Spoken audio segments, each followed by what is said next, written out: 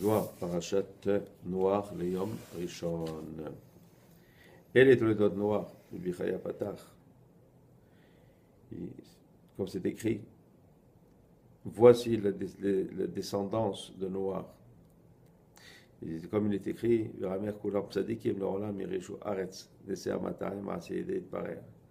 Il est écrit que tout ton peuple sont des tzadikim et qu'à jamais ils hériteront la terre, hein, comme est le fruit de tes mains. Donc on voit que c'est écrit que tous vont être des tzadikim, alors qu'on voit que Noah est appelé Ish Tzadik. C'est qu'un Inou Israël, il s'allait Beoraita, et Néolchim Beoraita, Veginam Zekul et Amadate. Il est heureux, ils sont les Israël qui étudient la Torah, à cause d'elle. Donc, en connaissant les chemins de la vérité, les chemins de la Torah, ils mériteront le Olam Haba. Tachazé, Kol Israël, Itlon Chulka le Amadate, Matama Begin Netchin Berit de Alma, Kayem Ale, Kemad Tamar, Kada Israël et Natere Beit, Vekabilou le Itlon Chulka be Alma de Ate. Il dit, viens voir, tout Israël, ils ont une part dans le monde à venir, dans le Olam Haba. Il dit, qu'est-ce que cela veut dire? Il dit, cela veut dire qu'ils ont, à cause du fait qu'ils protègent leur Brit Mila, donc ils n'ont pas de relation en dehors des relations qui leur sont permises. Hein?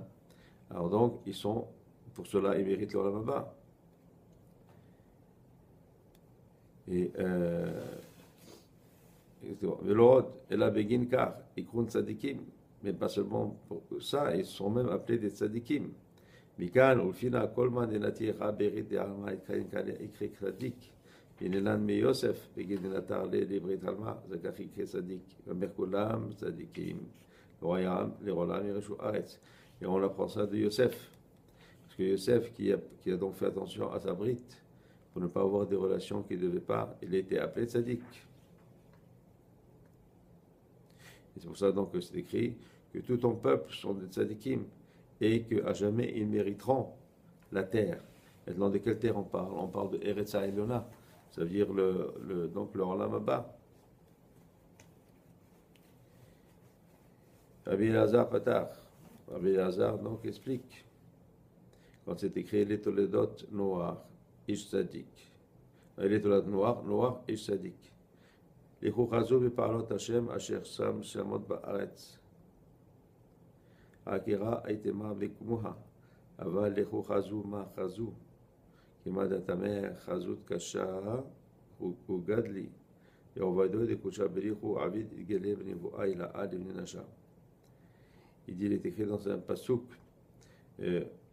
regardez les actes de Hachem qui a mis Shamot. On peut comprendre plusieurs choses. Shamot, comme par exemple.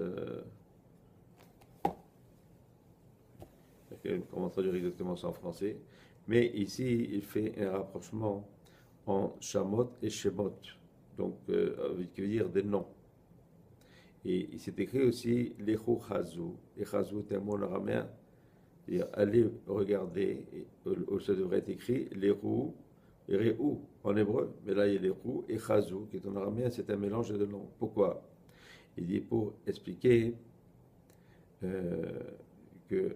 avec les choses, les actes que Hachem fait dans ce monde, il révèle à les tzadikim la prophétie pour qu'ils puissent comprendre ces choses-là. Asher Sam Shamot, Shemot Vadaï, comme on dit, donc ce sont des Shemot. Et Hashema Garim Lechola, parce que le nom est ce qui fait la chose, l'identité et le nom. Ketiv, dans Bereshit, il est écrit dans Bereshit, Veikra Hachemo Noach, les morts Zé, Gomer, Amay Achal est mort, Amay Zé.